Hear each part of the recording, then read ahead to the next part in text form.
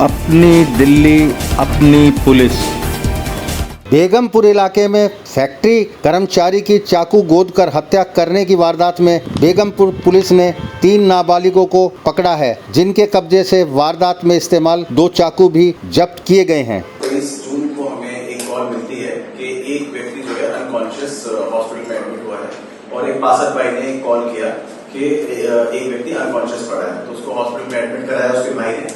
और जब हम हॉस्पिटल पहुंचे तो पता चला कि उस व्यक्ति की जो है वहां पे मृत्यु हो चुकी है। जब हमने उसको इन्वेस्टिगेट किया तो पता चला कि उसकी कमर में एक चाकू का घाव है। और फिर बाद में जब उसके जो पासर भाई है उसके भाई को उसने कॉल किया, उसके भाई ने के साथ जब हम मौके पे गए तो वहां पे हमने देखा कि वो बिल्कुल ब्लाइंड केस था। वहां पे ना सीसीटीवी है, ना कोई आते जाते फुटेज देख सकते हैं, थोड़ा सा ब्लाइंड सा भी एरिया है। तो एक बिल्कुल ब्लाइंड केस जहां पे आपके पास कोई क्लू भी नहीं था और जहां पे एक व्यक्ति की मृत्यु हो गई है एक चाकू लगने से। कमर के ऊपर लेफ्ट साइड में जो है कमर पे चाकू मारा गया था। सो उसको हमने एज ए चैलेंज लिया हमारी टीम ने। और ये व्यक्ति शाबा डेरी का रहने वाले हैं जिनकी डेथ हुई है।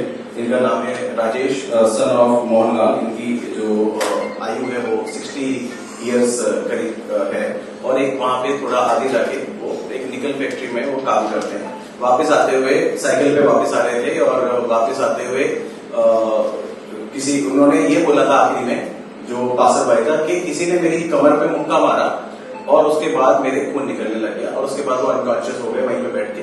और वहीं पे बाद में बोला कि मेरे भाई को कॉल कर दीजिए। इतना करके वो अनकॉन्शियस हो गया और उनकी डेथ।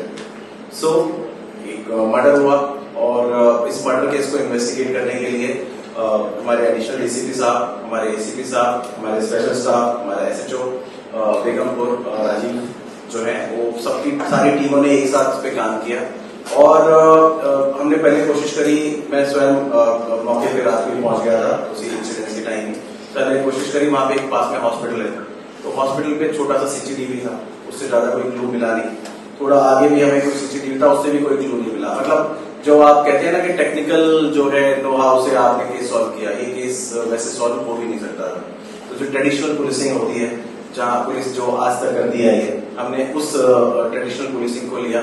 हमने 300 से ज्यादा डॉजगेरों को खंगाला और करीब 300 से 400 जो है हमने लोगों को वेरीफाई किया। जो आसपास लोग घूमते हैं, कोई गायब तो नहीं है, कौन से लोग यहाँ पे आसपास घूम रहे हैं। वहां पे पास में एक पराठे की दुकान भी है, हमने वहां पे भी आसपास पूछने की कोशिश करी कि इस समय के आसपास क्या कोई आया, कोई जुबलाइंस आए, कोई इस तरह के लोग आए जो क्योंकि उस समय वो जीवित था, जो व्यक्ति वो जीवित थे, उसके बाद उनकी मृत्यु हुई। सो जब सारी इन्वेस्टिगेशन हमने करी तो हमने जीरो डाउन किया 3 लोगों के ऊपर। तीनों जुबलाइंस हैं, उसमें एक नेपाल से बिलोंग करता है। जब हमने इंटरोगेशन करी तो उन्होंने कबूल किया कि हमने जो है पैसे के लिए मर्डर किया था। हमने उसको रोका साइकिल वाले को, उससे हमने छीनने की कोशिश करी। जब उसने नहीं दिया, क्योंकि ये 16-17 साल के बच्चे थे और इन्होंने एक ऑनलाइन प्लेटफॉर्म से चाकू मंगवाया था 325 रुपए का। और जैसे ही उसने नहीं दिया तो उसके कमर में बहुत तेज चाकू मार दिया। चाकू इतना करीब बड़ा था तो अंदर तक घुस गया और ब्लीडिंग से उनकी डेथ हो गई।